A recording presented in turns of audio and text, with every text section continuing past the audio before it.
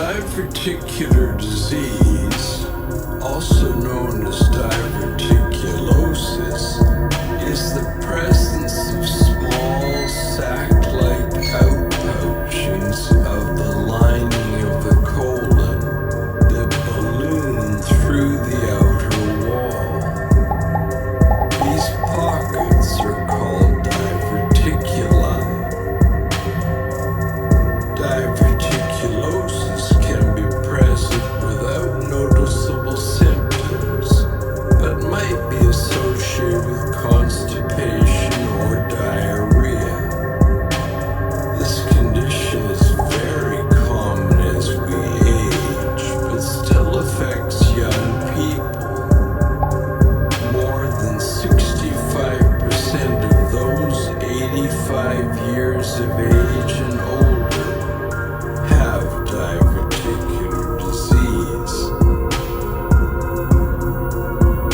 A person might have one diverticulum or hundreds of diverticuli, which are typically less than 1 centimeter in diameter, but tend to increase in number and size over time. In about 10 to 25% of people, the diverticuli can become inflamed or infected, known as diverticulitis. This leads to distinct symptoms, including diarrhea, cramping, bowel irritability, intense pain, bleeding, bloating, and fever. The pain and tenderness is often felt in the left lower portion of the abdomen. Rarely, serious complications can occur, sometimes requiring urgent surgery.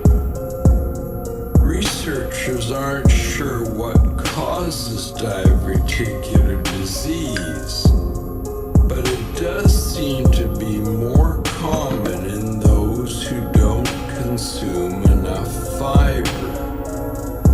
One theory is that pressure, such as straining during constipation, builds up inside the colon, causing the intestinal wall to balloon out between muscle bundles, which run both lengthwise and circularly through the colon.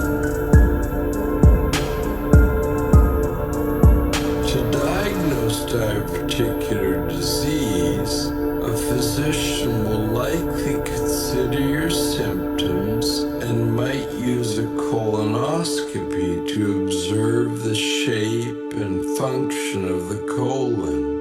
During periods of flare-up, the bowel might be too tender to perform these investigations, and the risk of bowel perforation might be too high, so a physician might choose a CT scan or a procedure known as virtual colonoscopy. Blood tests can also help to analyze for levels of inflammation in the body. The best way to avoid diverticular disease and to manage it is to consume a well-balanced diet, ensuring high fiber content and adequate fluid intake. Fiber and fluid help soften stool, allowing it to move more quickly and easily, thereby avoiding excessive pressure against the colon wall. However, treatment is quite different if you are experiencing diverticulitis. A physician will likely recommend an immediate transition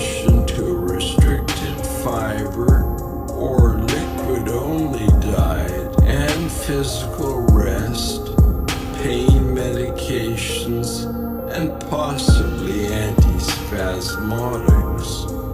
Although often used, there is growing evidence that antibiotics might not be needed in uncomplicated diverticulitis. In severe cases, you might need to be hospitalized for intravenous feeding so that the bowel may rest for a few days. If episodes become frequent, then surgical removal of the affected area might be necessary. Once a diverticulum forms, it does not go away on its own. Therefore, it is best to try to prevent the disease from developing